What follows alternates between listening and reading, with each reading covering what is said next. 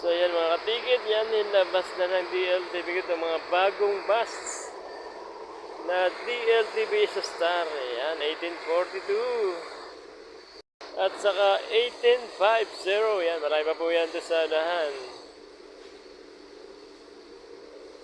Marami pa. Titingnan natin yung iba doon sa kabilang side. Yan, bagong-bago po yan. Oh. Oh.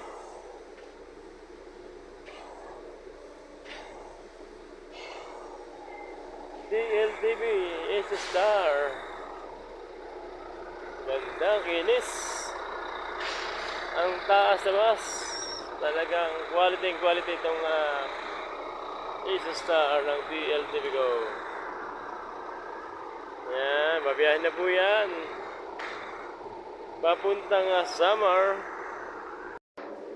Ito pa ang kasama ng dalawang bus na tinatanggalan ng plastic ang upuan ng driver. Yan, babiyahin na po itong mga bus na ito. 1841, 1846, 1852, 1859. At 1853. Ayan, no?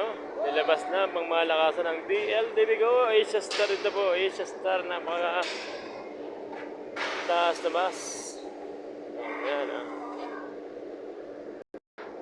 So ito, wala na itong plastic. Yan, tinanggal na. 1840, 1835. Ito po ay yun. Lucena ito.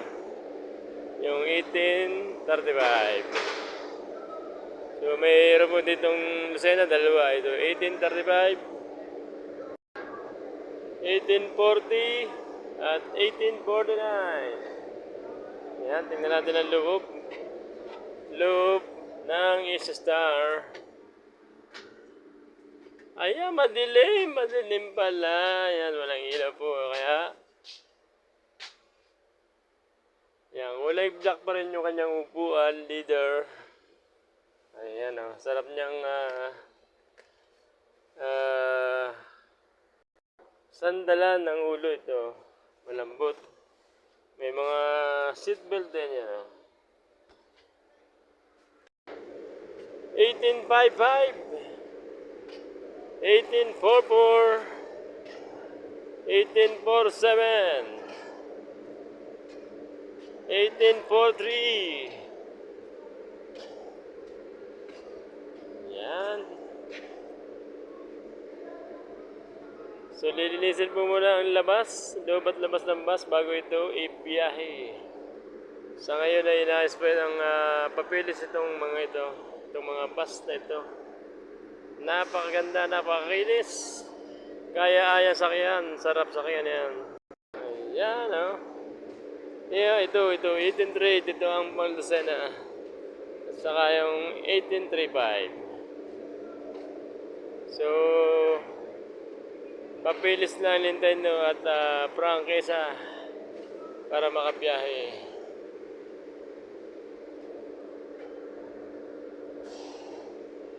Ganda.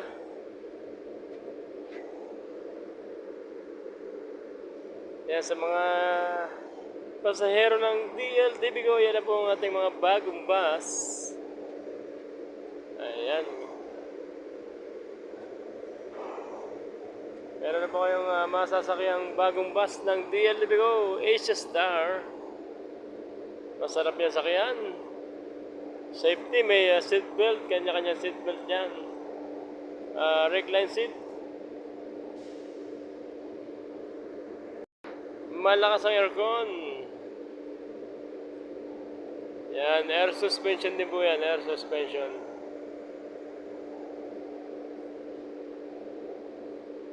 Yan, mga isang araw po ay lalabas na sa kalsada. Babiyahin na po yan, masasakyan na po niya yan. Yan, tangkilikin po ninyo at sakyan ng DLTV Go.